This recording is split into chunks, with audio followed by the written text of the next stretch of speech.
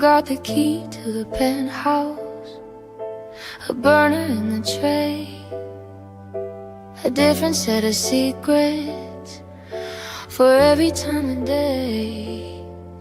Last night I was a movie star, tonight I'm gone for hire. Just a ghost inside the engine, just a spark inside the fire. 5 different passports, 5 different birthdays, watching shadows in the lobby while the city oscillates. I've worn so many faces, played so many parts, trading what was honest for counterfeit hearts. And when the stakeout's over, when the wires all go dead, who's gonna know me by the sound in my head? If I strip it all away, drop the glamour, drop the guard, will anybody love me when I'm not playing a part?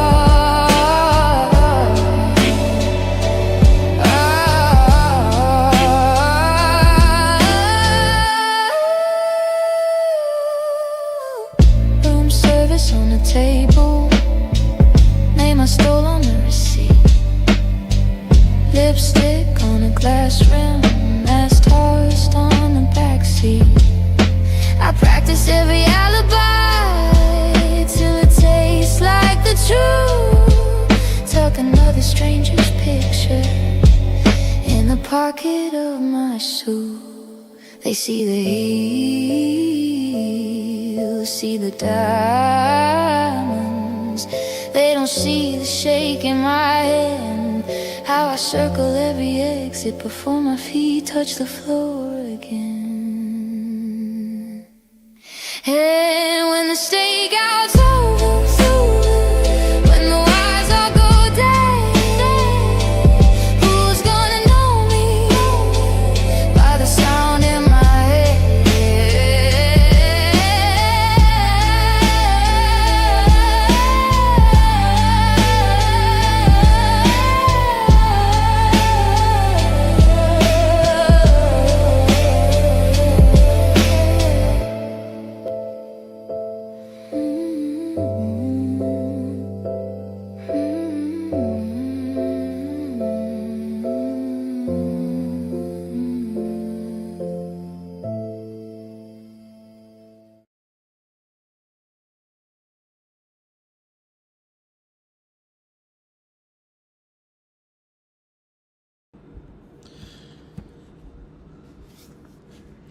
The Australian Security Academy acknowledges the traditional owners of country throughout Australia and recognises the continuing connection to lands, waters and communities. We pay our respect to Aboriginal and Torres Strait Islander cultures and to elders past and present. Aboriginal and Torres Strait Islander peoples should be aware that this series of live streams contains images or names of people who have passed away.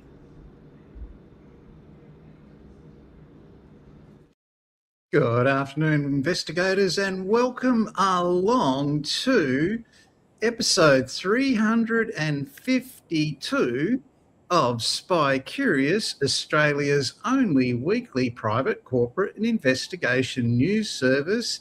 And welcome back for 2026 to Casey Evans. How are you, Casey? Hi, Mike. I am fantastic. Thank you. Good to be back. Good to have you back.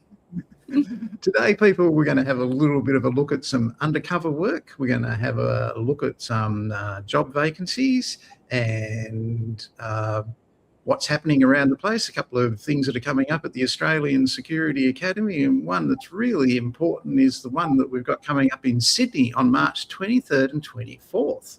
If you are an Australian Security Academy student and you've recently enrolled in our program, you can join us at the Fullerton in Sydney, where you'll meet Casey, Pat Flynn, myself and other instructors and assessors in relation to Certificate 3 in Investigative Services. So it's a great opportunity to accelerate your study, get your certificate completed and get your licence underway 23rd and 24th of March down in Sydney.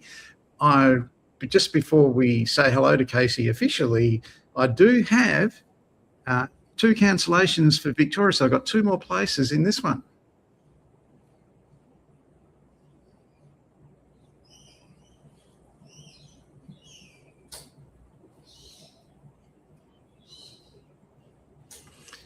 So that's at the Mantra on Russell, 222 Russell Street on the 9th, 10th and 11th of February, where we have 3 days of training in class. We have the extra day because of the licensing regulations down in Victoria. They're different to New South Wales, so we have an extra day down there. And previously we're completely sold out in it, but I've had 2 people had urgent situations arise for business and can't make it. So I've got two extra vacancies there now. So that's a very large, very booked out class. How was your holiday period, Casey? Were you busy over Christmas? Very busy. I don't think any investigation agency stopped over Christmas. Everybody seemed to be just completely rushed off their feet. So yeah, it's nonstop. Absolutely right. I have a vacancy right now. Get in touch with me by email. If you are a licensed investigator in New South Wales, there's an investigation agency down there that needs a determined desktop investigator who wants to find people, who can find people using OSINT techniques, that sort of thing.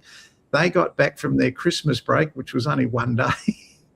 They had 700 repossessions on their emails for them to do. They had to locate the people where they couldn't find them, and they had to do them. So there's a real scramble. They need an extra investigator to support their OSINT activities in New South Wales, a licensed investigator. So if you want to jump in at the deep end and get part of that action, contact me by email.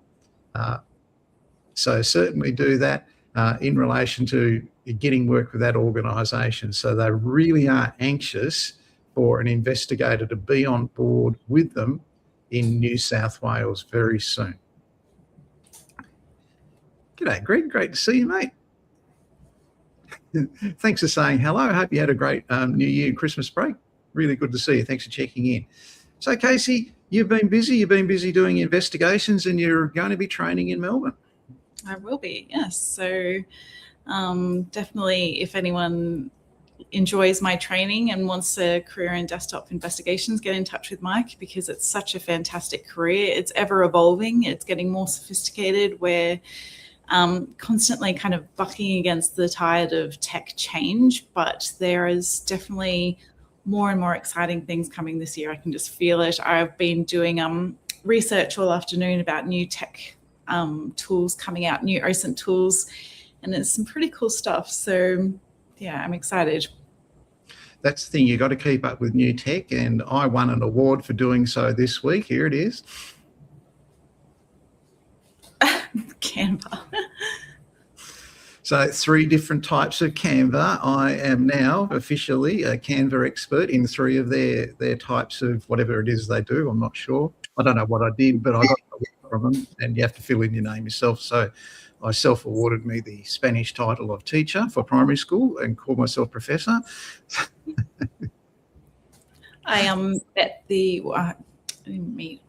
Did I meet him? I saw the head of security from Canva speak at the OSINT symposium last year, the end of last year. She was very good and very good at coordinating teams and top level investigations and things that she had to do, especially across a diverse team across multiple countries. It was really fascinating, and they used OSINT a lot when it comes to teams that are like displaced around the world. You're checking the news to see if there's anything happening every single day. You're monitoring all of that kind of stuff, and they use a lot of OSINT. So it was really fascinating, and she was really lovely. That's great to hear. I'm pleased they're an Australian company too, global success. So big news coming out of New South Wales this week in insurance fraud. 3 people were arrested in Sydney yesterday in relation to fake invoices to an insurance organisation. Now, the insurance organisation, I'm guessing, was a workers' compensation supplier to CSIRO in New South Wales. They haven't said who it was. It's not an investigation agency, but a claims manager in there was paying false invoices to 2 friends. And basically he paid up to a little bit over $1 million to these people, and they were all arrested in New South Wales yesterday. So this is a case of who checks the checkers while the checkers are checking, because this is a claims manager responsible for the rehabilitation payments of people. The workers' compensation scheme expects the money to go to support injured workers of New South Wales, and these 3 people have ripped it off for $1 million. Okay, they've been arrested. They've all been named. This guy's lost his job. It was a period of time earlier on, but there was an official police investigation into it, and it involved OSIT investigations, as Casey just mentioned, and those people are going to all be charged with insurance fraud, because that is what it is. It's insurance fraud against the scheme in New South Wales, which is meant to support the injured workers of New South Wales. An inside worker working for an insurance claims company, okay, has committed that fraud. So it's an eternal vigilance situation. It's not just claimants. It's not just organised crime. It's internal employees that do this sort of thing as well. How do they expose it? Well, quite often there's a combination of several different things. They look at the figures. Number 1, they follow the money trail. Number 2, they might interview witnesses to see what's going on about the processes, about the system of invoicing, that sort of thing, who are in charge of the financial side of it. And they might even get undercover workers in there to have a look at it as well. Now, of course, this depends on the size of the organisation's pockets if they're going to get an undercover in. But it is not uncommon, and quite a few of our graduates at the Australian Security Academy do undercover work or have done undercover work. Now, it's a completely different type of investigation, because you are, number 1, a licensed private investigator, but you're assuming a different persona and entering a workplace, whether it's a bar, whether it's an event, whether it's a claims management company, a warehouse. It doesn't matter. It's unlimited types of places that you could end up. And they use horses for courses. I've told you before, if they want someone that's going to do that in a bowls club, they'll ask me, right? If it's a nightclub, they're going to ask Casey to do it undercover, right? So that's how they do it. And all this week we've been featuring it on our YouTube channel about little 16 or 11-second grabs about how they do undercover work. Let's have a look at a couple of those grabs out of what we've been doing on YouTube this week. It's proved very popular, just like our bush and rural surveillance did last week. As an undercover agent, you get a backstage pass to different industries, subcultures, and lifestyles you'd otherwise never experience. Yeah, you do. You go into other areas of places. I did it in warehouses, retail, all sorts of strange, interesting places. One was even as a cleaner at a dog show. That's a long cup of tea to explain that one. But I'd never been to a dog show before, and as the lady just said, you get experience of things you never would have experienced. The same with horse racing. I'd never been to a horse race in my life, had no interest in it until I did undercover work, and it really changed my opinion on it. Sunrise at 5:15. A blackmailer. You've got to think really fast if you are going to use code words and that sort of thing, and the wrong person doesn't give the code word on the other end. You've got to have a pretext, use it, and you've got to be able to disappear very quickly. That's really important. In undercover work, one week you could be driving Supreme Court judges around the city, the next week it's politicians. Well, same destinations. Learn very quickly that people's vices form habits. So the big thing that you've got to remember, and we allude to this all the time about mental health and investigation work. When you come home as an investigator, have a ritual. Take off your tie or your coat or whatever it is, or your hat or your watch, put it on the dressing table or wherever it goes, put on comfortable casual clothing and cease being a private investigator for the day.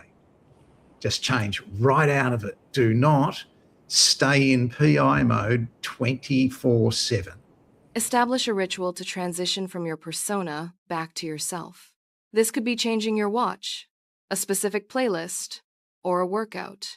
Without this, persona bleed can ruin your mental health. They've even got a name for it now. I'd never heard of that one before.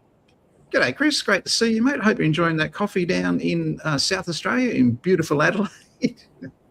I'm sure it's going down well on Friday afternoon. What have you got for us this week, Case? I have a new reverse image search tool. So if you know me, if you've been to any of my training, I really like facecheck.id. It's my favorite, and I've been using it for a long time. And there is a new one called, let me just bring it up, lenzo.ai. And I saw lots of kind of chatter about this on LinkedIn before it officially launched, and now it's launched. And I ran an image today and got some really great hits. So I ran my usual image that I do. That's my LinkedIn profile. I think it's my Facebook profile. Like, I've had it for such a long time. And as you can see, it's brought up all different pictures of me, even me when I had my buzz cut and blonde hair. That's incredible that it found that. There's images that are stills from videos. There's a bunch of images when I did my my pitch to Visa down in Sydney. So that's like a group shot, which FaceCheck ID never found that one. So that's really good. And also it looks like they found my profile picture probably on the Australian Security Academy website as well. So lenzo.ai, a new fantastic reverse image tool. So again, this is a paid version, so absolutely you can pay. I'm not sure how much it is. It tried to get me to log in to check how much it would be. Let me just see if this says anything. No, it's not letting me see unless I create a login. So if you really want to know where the image is from, you can obviously pay the money.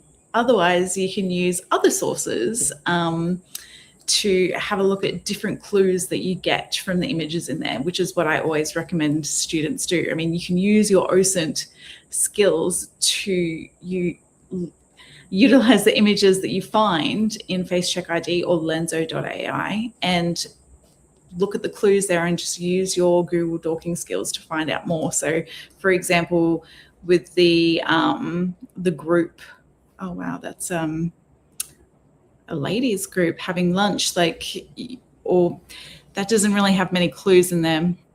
But the Visa one, you could Google my name and Visa, and that would bring up the website or other websites where that is, and then you would be able to find out more information there. There's other things like the top one, you can see that there's like a little logo on my face. So if you take a screenshot of that little logo and run it through Google image search, you might be able to find who that logo belongs to and find out more information that way. So you don't always have to pay to find where these images are. You can just extend your skill set to try and find out where those images come from.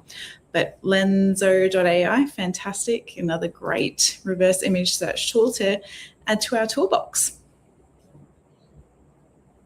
Hey, Jai. Very good tip, Casey. Thanks for that. And I'm sure everybody that's watching today is going to be very happy to wish Casey a happy birthday next week for her milestone birthday on Tuesday, and ensure that Casey has a big fuss and lots of celebrations. I'm sure you've got some things planned, have you, Case? I do. I have You do. lots of festivities planned, which start tomorrow. That's tomorrow. Oh, wow. Anyway, you should have invited me. I would have come along. Yeah. We've got a happy birthday already, and Chris said it's 40 degrees down in Adelaide at the moment, so you're probably drinking iced coffee instead of normal coffee. Thanks, Jai. It is a gold mine. It's so helpful. And I just can't believe the extra images that this has brought up about me. I've just I look at them, I'm like, where is that image even sitting? So that buzz cut's never ever going to go away. I love that buzz cut. I Okay, this is really important. Last year about this time when I was bored, I made some videos about this type of thing for Spy Curious, and it was my first ever effort into AI videos, and it was absolutely disastrous. But now they've brought it in Australia.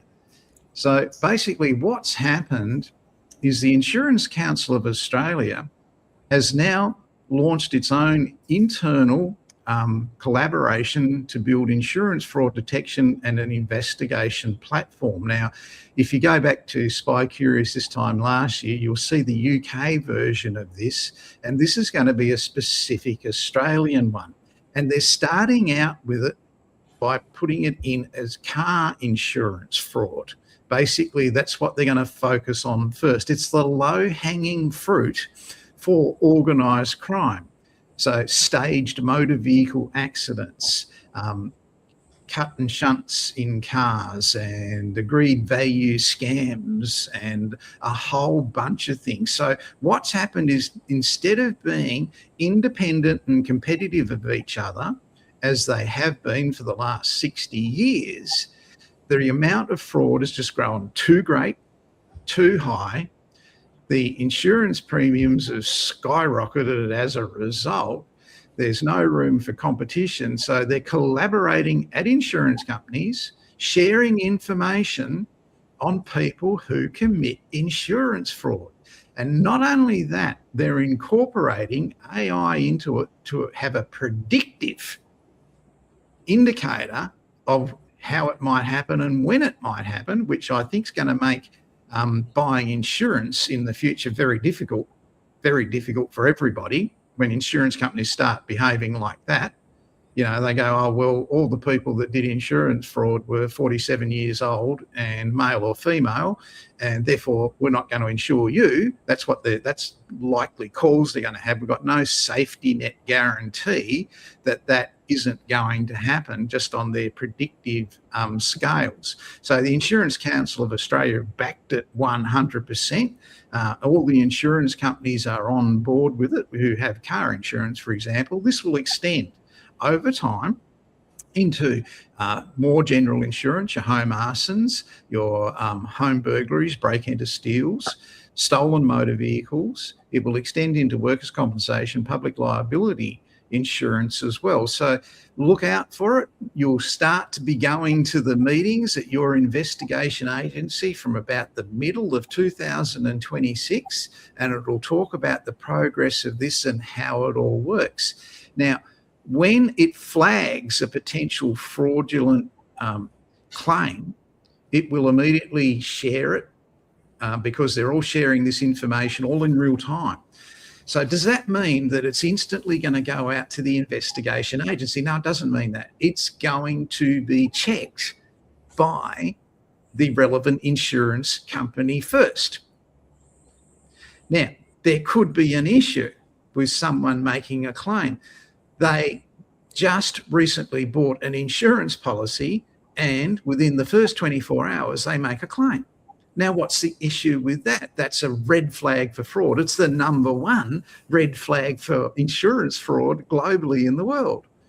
Well, the person could be an old age pensioner who can't afford $1,600 in one hit annually, has been a client of that insurance company for the last 30 years, and they've just switched yesterday from annual payments to monthly payments to be more affordable for their budget.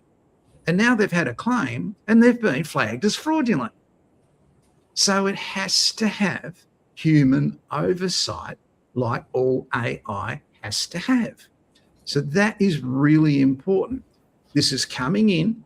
If your insurance company is involved in general insurance at the moment, motor vehicle accident, stolen motor vehicles, that sort of thing, then you will be going to the meetings about how this is going, how it's being incorporated. They'll come around from the Insurance Council of Australia and speak at your investigation agency and let you know just what's happening. They'll give you examples of success stories and that sort of thing. But if you want to beat all that, go back on 12 months and look at Spy Curious and you'll see the UK experience of how it's worked there, because we brought that to you this time last year.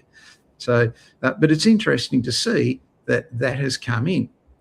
It's early in the year, people. It's the start of a brand new year. I'm sure you're all aware of that. You didn't need me to tell you that. So the job vacancies are starting to come out now on the various platforms and in various places. If you're looking for a job as a licensed private investigator and you're an Australian Security Academy student, go to this Facebook page.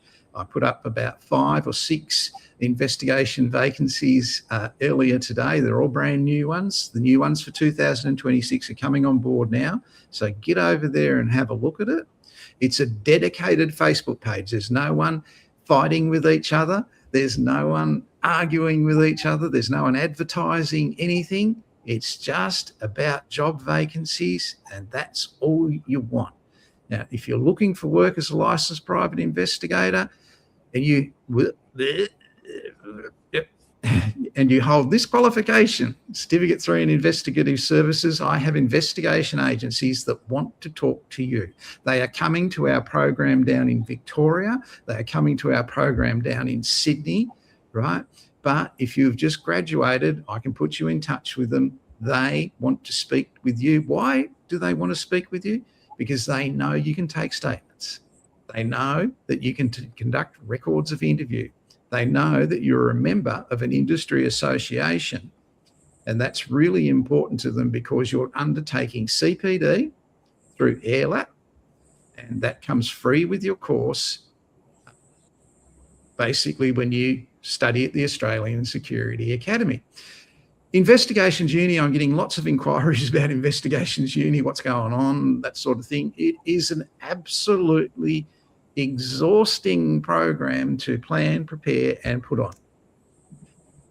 It really is. It looks easy, it looks casual, it looks instant, but when we put that program on, it's a heavy lot of work. So we run it March to December. That's when it'll be back. So yes, we'll be back on board with Investigations Uni later on. Andrew can't wait to get back on board. We've got some other people coming into it this year. So that's really important. Don't forget Casey's birthday next week. I'm sure there's going to be lots of things.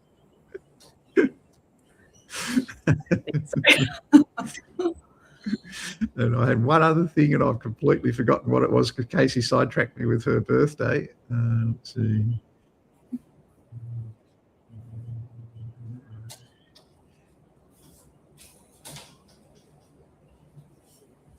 No, I think I've covered it all now.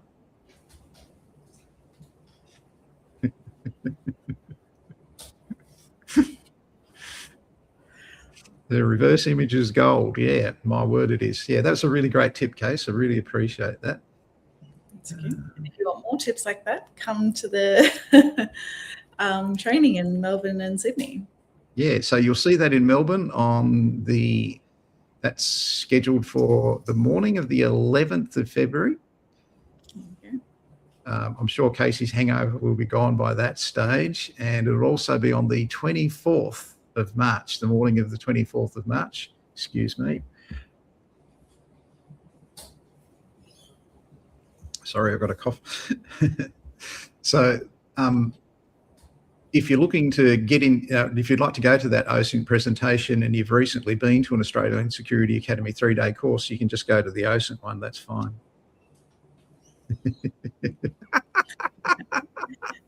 Thanks, Jack. Jai's looking for emojis. Chris is looking for ice. Yeah, so don't forget those job vacancies over on that Facebook page. I also have a list of private investigation agencies that want to speak to you as a graduate student of the Australian Security Academy. So get in touch with me by the email. Don't be afraid to get in and ask. So I think we've really covered everything, Casey. Yep, short and sweet this week. Very good. Yeah. We'll be back again next week. We'll give you an update on whether we're full up in Melbourne or not. And thanks for watching, people. I trust you enjoy having Casey back and not just listening to me crap on. And we'll see you for episode 353 next week.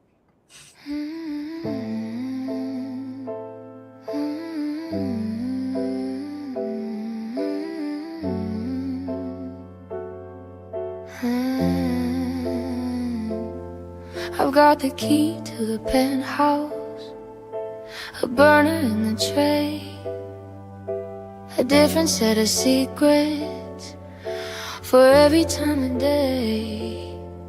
Last night I was a movie star, tonight I'm gone for hire. Just a ghost inside the engine, just a spark inside the fire. 5 different passports, 5 different birthdays, watching shadows in the lobby while the city oscillates. I've worn so many faces, played so many parts, trading what was honest for counterfeit hearts. And when the stakeout's over, when the wires all go dead, who's gonna know me by the sound in my head? If I strip it all away, drop the glamour, drop the guard, will anybody love me when I'm not playing a part?